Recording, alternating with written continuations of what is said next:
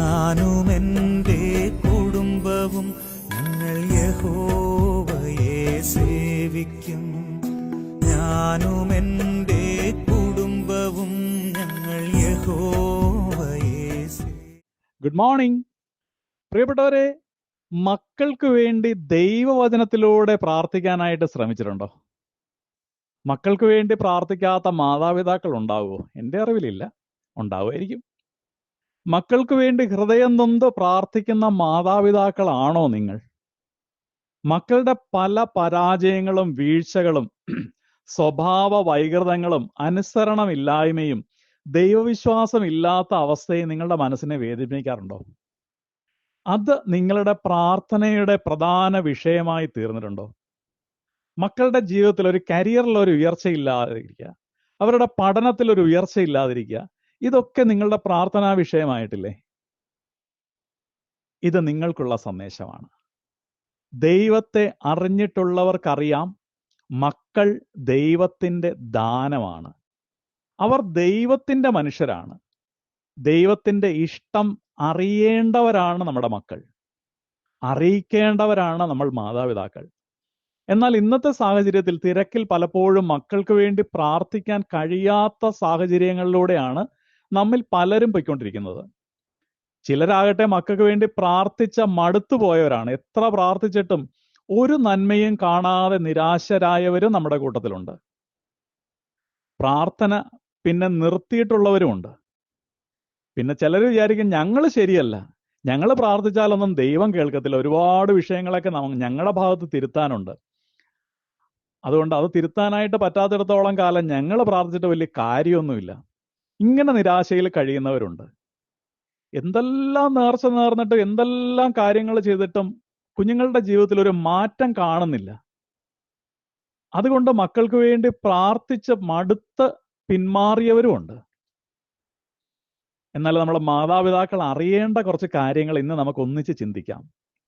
നമ്മൾ ആരും പൂർണ്ണരൊന്നുമല്ല, മക്കളും പൂർണ്ണരല്ല എന്ന് വെച്ച് തെറ്റിൽ തന്നെ ജീവിക്കുക എന്നല്ല, തിരുത്താനായിട്ട് നമ്മൾ ശ്രമിക്കണം. ക്രിസ്തുവിൽ നമ്മൾ മാതാപിതാക്കൾ വളരണം. കഴിയുന്നത്ര മക്കൾക്ക് മാതൃകയാകണം. രണ്ടാമത്തെ കാര്യം, മക്കൾ നമ്മുടെ സ്വന്തമല്ല എന്നുള്ള തിരിച്ചറിവാണ്. നമ്മൾ അവരുടെ സൂക്ഷിപ്പുകാർ മാത്രമാണ്.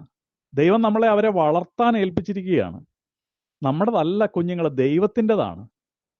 നമ്മുടെ ഇഷ്ടത്തിനല്ല നമ്മൾ മക്കളെ വളർത്തേണ്ടത്. നമുക്ക് അവരെ വളർത്താൻ തന്ന ദൈവത്തിൻ്റെ ഇഷ്ടം പറഞ്ഞു കൊടുത്ത് വളർത്തേണ്ടവരാണ് നമ്മുടെ മക്കൾ.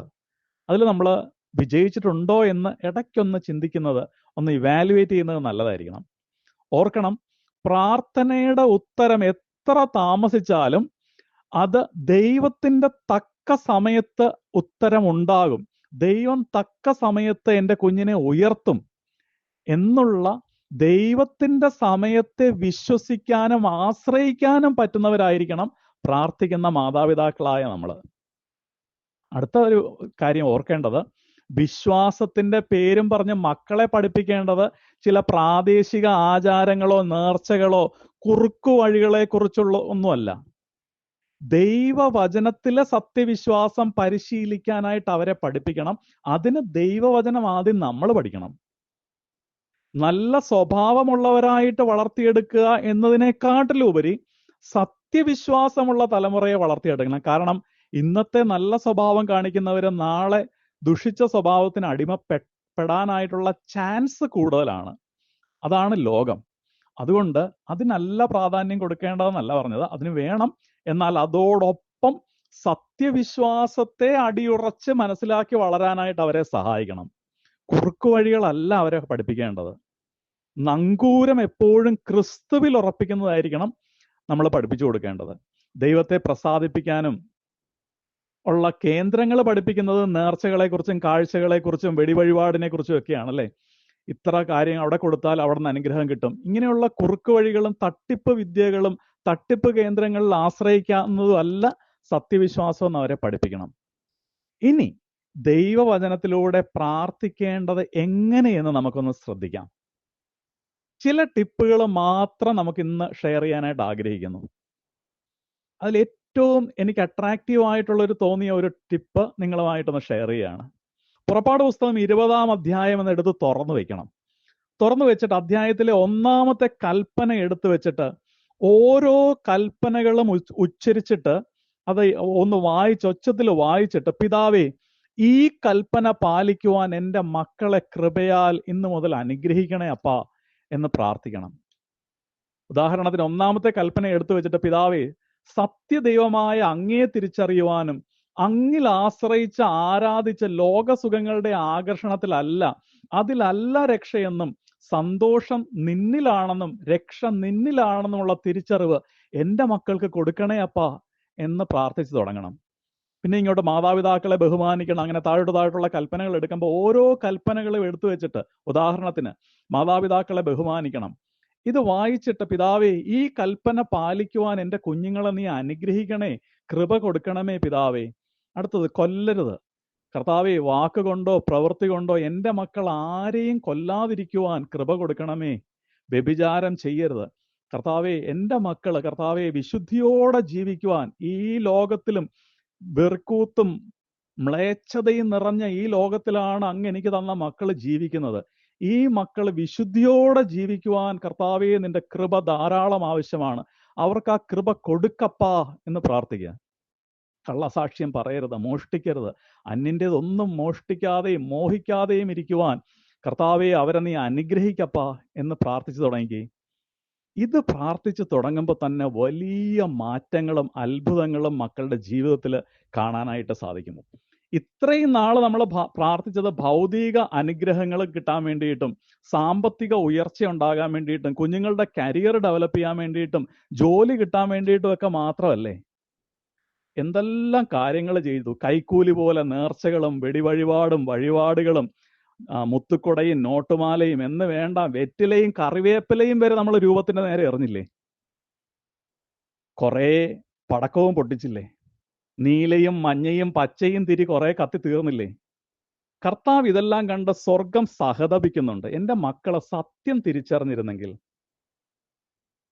ഇനി നിങ്ങളുമായിട്ട് ഷെയർ ചെയ്യുന്ന മറ്റൊരു കാര്യം, കുറച്ചുകൂടെ സമയം മക്കൾക്ക് വേണ്ടി പ്രാർത്ഥിക്കാനുള്ളവർക്ക് മത്തായി സുവിശേഷം 5, 6, 7 അധ്യായങ്ങളൊന്ന് തുറന്നു വെച്ചിട്ട് ഓരോ വചനവും വായിച്ചിട്ട്, കർത്താവേ, ഈ വചനം പാലിക്കുവാൻ എൻ്റെ കുഞ്ഞുങ്ങളെ നീ സഹായിക്കണമേ പിതാവേ എന്ന് പ്രാർത്ഥിച്ചു തുടങ്ങാം.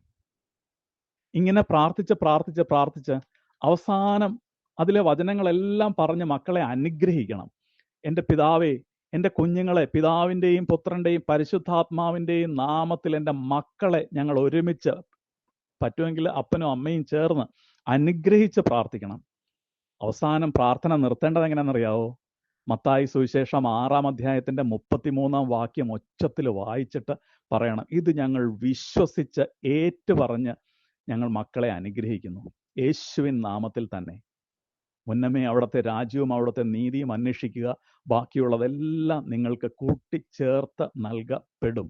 ഒരു കുറുക്ക് വഴിയുമില്ല പ്രിയപ്പെട്ടവരെ. നമ്മളെ പറ്റിക്കാൻ വേണ്ടിയിട്ടാണ് നോട്ടുമാല ഇട്ട അനുഗ്രഹം കിട്ടുമെന്ന് നമ്മളെ പറഞ്ഞു പറ്റിക്കുന്നതാണ്.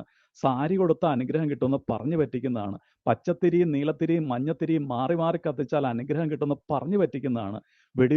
വെടിവഴിപാട് നടത്തിയാൽ അനുഗ്രഹം കിട്ടുമെന്ന് പറഞ്ഞു പറ്റിക്കുന്നതാണ്. അമ്പെടുത്താൽ അനുഗ്രഹം കിട്ടുമെന്ന് പറഞ്ഞു പറ്റിക്കുന്നതാണ്. ചൂഷണത്തിൽ നമ്മൾ വിധേയരാകല്ലേ. ദൈവവചനത്തിന്റെ ശക്തി തിരിച്ചറിഞ്ഞ് ആ ശക്തിയിൽ മക്കളെ അനുഗ്രഹിക്കുക. മാറ്റങ്ങളുണ്ടാകും. കുടുംബത്തിന് ഉയർച്ചയുണ്ടാകും. നമുക്ക് മാറ്റങ്ങളുണ്ടാകും. ദൈവത്തിന്റെ തേജസ് നമ്മുടെ വീട്ടിലേക്ക് ഇറങ്ങി വരും. തീർച്ച. കൂടെ നടക്കാം. അവൻ നമ്മെ നിത്യതയുടെ തുറമുഖത്ത് എത്തിക്കും. ഇത് ഇഷ്ടപ്പെട്ടാൽ നിങ്ങളുടെ കൂട്ടുകാർക്ക്, മക്കളുള്ള കൂട്ടുകാർക്ക് ഷെയർ ചെയ്യാനും മറക്കല്ലേ. അതും ഒരു സുവിശേഷ വേലയാണ്. കർത്താവ് നമ്മളെ അനുഗ്രഹിക്കട്ടെ. ഞാനും എൻ്റെ കുടുംബവും ഞങ്ങൾ യഹോവയെ സേവിക്കും. ഞാനും എൻ്റെ കുടുംബവും ഞങ്ങൾ യഹോവയെ സേവിക്കും. ആയുഷ്കാലം അഖിലവും ആശ്രയിക്കും